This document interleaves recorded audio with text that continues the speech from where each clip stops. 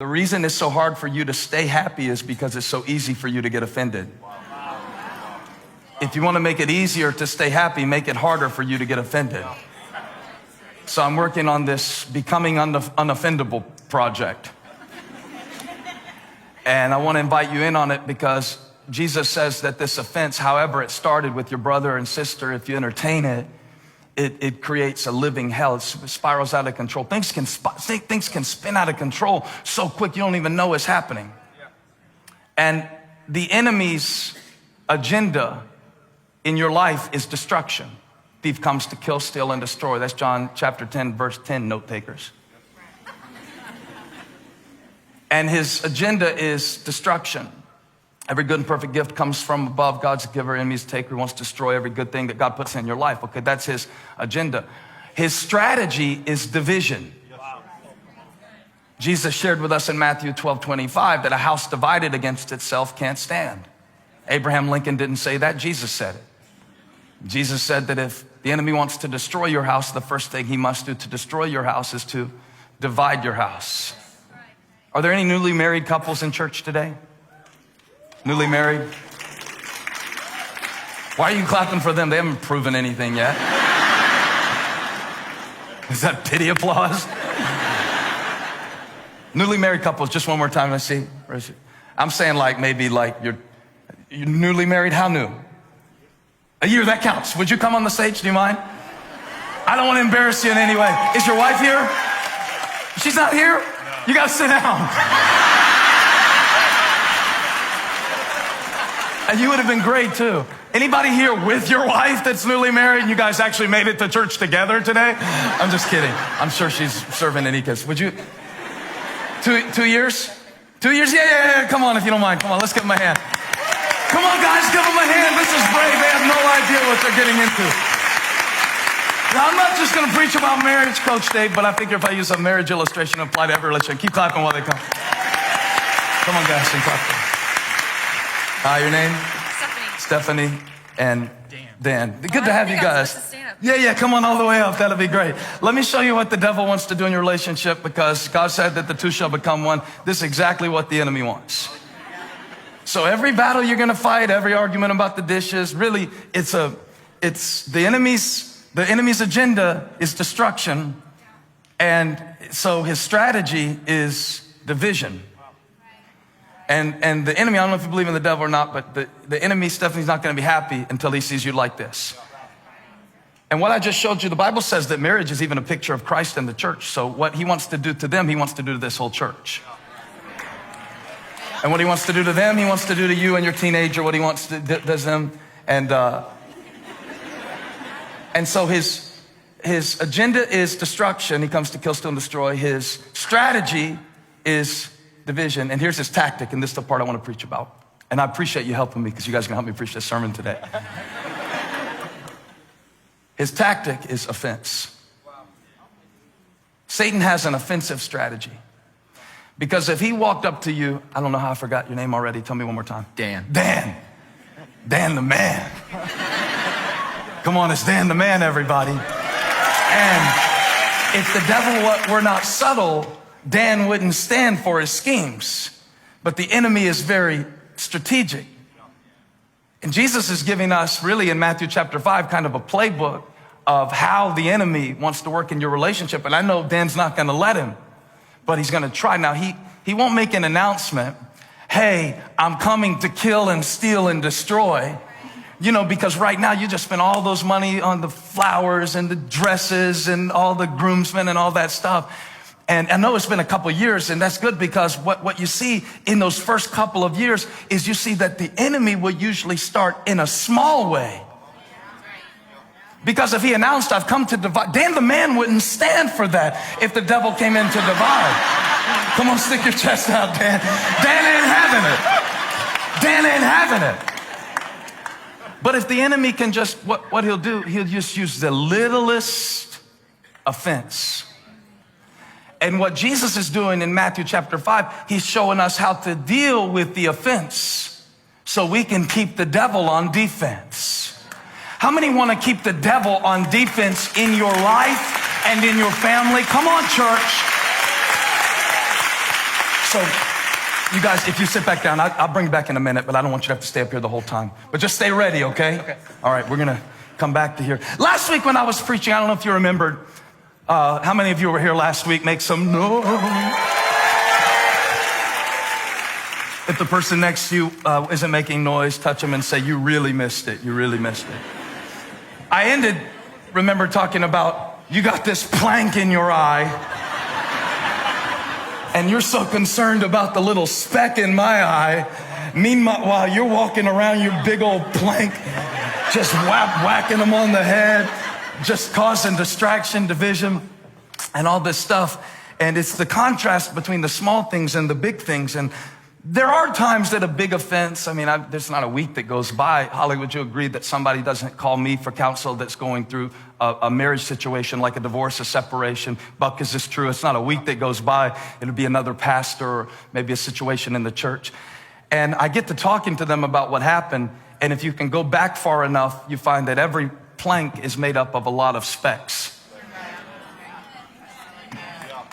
And to me, that's the heart of Jesus' teaching. I really didn't read you the whole passage because I want to break it down and show you how it happens. He said it could be something as small as a word. Now, write this down. The closer the relationship, the greater the opportunity. And that goes both ways. The closer the relationship, the greater the opportunity for intimacy. However, the closer the relationship, the greater the opportunity for offense. That's why nobody can make you really mad like somebody that you really love. Really. Nobody can hurt you like somebody that you've given your heart to. Nobody. And I've asked the question a lot of times of people, and really in my own mind, I've seen people that were so loyal to each other, and if you would have asked me 10 years ago, who is most likely to ever have kind of an enemy relationship, or who's most likely to be a divorce, or who's most likely to not be speaking to each other. And some of those very same people, just in the last year of my life, even, I've watched some things happen that surprised me. And you kind of, every time you see it, you ask the question, how did we get here? Did you see how big Dan was smiling over Stephanie? Now, they're going to have a great marriage and all of that, and it's going to be awesome, but you ask the question, how could somebody who had that same hope, that same smile, barely stand to be in the room with somebody 2 kids later? And it happens, and there's all kinds of ways that it happens. I know there's compatibility, and I know that it's not always something that you can fix, because it takes 1 to forgive, but it takes 2 to be reconciled. And I guess I want you to know that my goal today isn't to so much do an autopsy of anybody's mistakes, but just to show you something that happens. It always happens 1 offense at a time.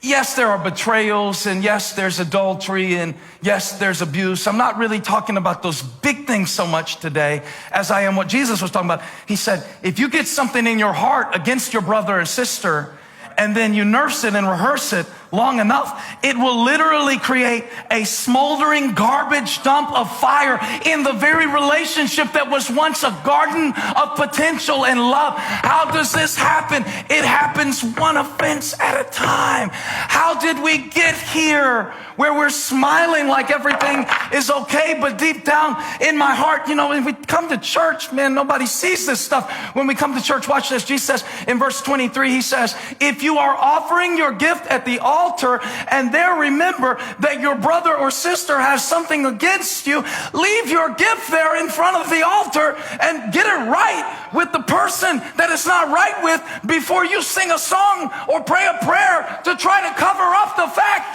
that your relationships are under attack. We were singing today in church this song, this beautiful worship song, man. You should have seen the people singing it.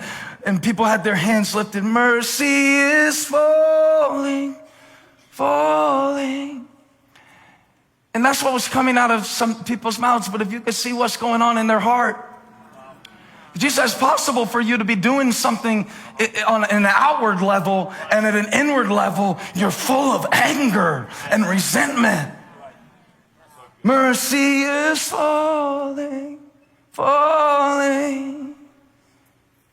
except on my husband.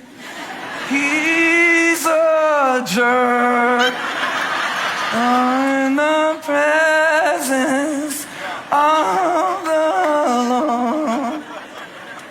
If you could hear what was happening in the hearts of people, how do we get here? Jesus says it starts small, but one offense at a time. The devil wants to tear Dan's heart from Stephanie's heart. You know, God takes the two and makes them one. The enemy takes the one and makes them two. How does he do it? One offense at a time. And God knows I need this message, man, because I'm not a perfect husband. I give 97% of the credit for the happiness that exists in my marriage to my wife. 3% is me. I'm pretty proud of that 3. But if you put me in the wrong situation, I can get offended so quick. Just like on Twitter, there was one woman that went off on me. And I still remember what she said 3 years later. You know, thousands of people have said nice things to me. But I'm quick to find the offense. We can train ourselves to find the offense and then just overreact, man. It starts off as raka, you fool. Next thing you know, I'm in living hell. And watch how bad it gets. Jesus said it can get so bad if you don't deal with it. If you don't learn how to deal with this, Dan. If you don't deal with the little things, the little foxes. He says if you don't settle matters quickly, verse 25, with your adversary who is taking you to court. Now that confused me because in verse 21 we were talking about your brother or sister, right? We're talking about somebody you're close to. In verse 25 we're talking about your adversary. I always assume these are two different people. What if it's not? What if the same person who you called brother and sister in 21 is the same person who will be your enemy in 25 if you don't learn how to deal with offense? It happens. You ever thought about that? That the person who, he says, the person who doesn't deal with the offense, and it's interesting how he says it, if you don't settle matters quickly. That's so powerful. Settle matters quickly with your adversary who's taking you to court. Do what you can while you are still together on the way. Or your adversary may hand you over to the judge, and the judge may hand you over to the officer. And you may be thrown into prison. Truly, I tell you, you'll not get out until you paid the last penny, the prison of offense. And it all started with raka. It all started with raka. The small offense. It all started in the parking lot. I was backing out, and this guy's honking his horn at me in his pickup truck just a couple months ago. I took the boys to see that football movie, the Christian football movie. Okay? Woodlawn. We went and saw Woodlawn. Made a deep impression on me. We're leaving the movie, and this guy, he's hollering at me because his wife wants my parking spot. The problem with his wife wanting my parking spot is she is pulled up so close on my parking spot, I can't get out to give it to her. And now that's somehow my fault to this guy in the pickup truck. So he says to me, or offers a course of action to me, hey, get out of her way. She's waiting on your spot. And I'm like, and then I figure out that this is his wife because I'm putting it all together. And I rolled down my window and I said something back to him. No, it wasn't any profanity or anything like that. But it was a raka type thing that I said. Something about his wife's driving skills or something, something like that. Just something insinuate. But then he wants to get out of his truck. And he's not bigger than me. So now I gotta get out of my Maxima. Because I got to. Because my boys are watching this, and I need to be a good example that if a man gets out of his pickup truck and challenges you, it doesn't matter whether you have an elevation sticker on your car, you gotta handle it. Why are you clapping for me? I'm so bewildered. And I got out, and I said, what are we gonna do? Just a question. Just a question. It's just a question. And I don't know what happened next. I think to this day, I still don't know because his tone changed dramatically. I don't think he was intimidated by me. I think he realized who I was. I think so, because it was right here in town.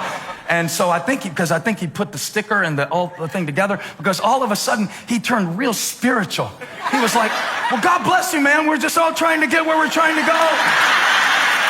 And I was like, yeah, we are.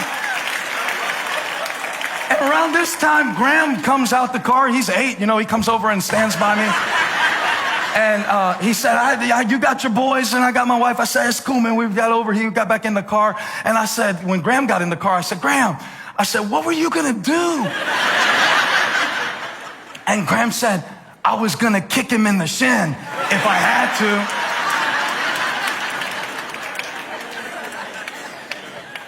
And Elijah, my older son, he speaks up and says, Daddy, a better question is, what were you going to do?